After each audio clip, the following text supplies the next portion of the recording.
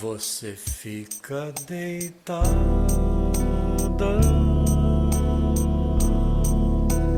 de olhos arregalados,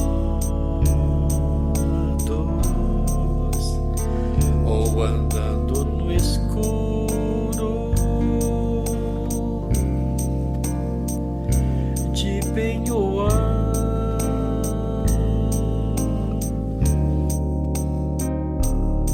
Não adiantou nada cortar os cabelos e jogar no mar. Não adiantou nada o banho de ervas. Não adiantou nada o nome da outra no pano vermelho pro anjo das trevas.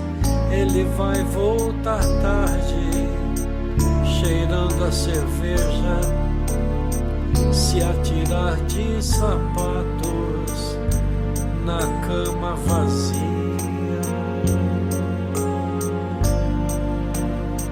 e dormir na hora, murmurando toda. Mas você, Maria, você fica deitada com medo do escuro, ouvindo bater no ouvido o coração descompassado. É o tempo, Maria, te comendo feito traça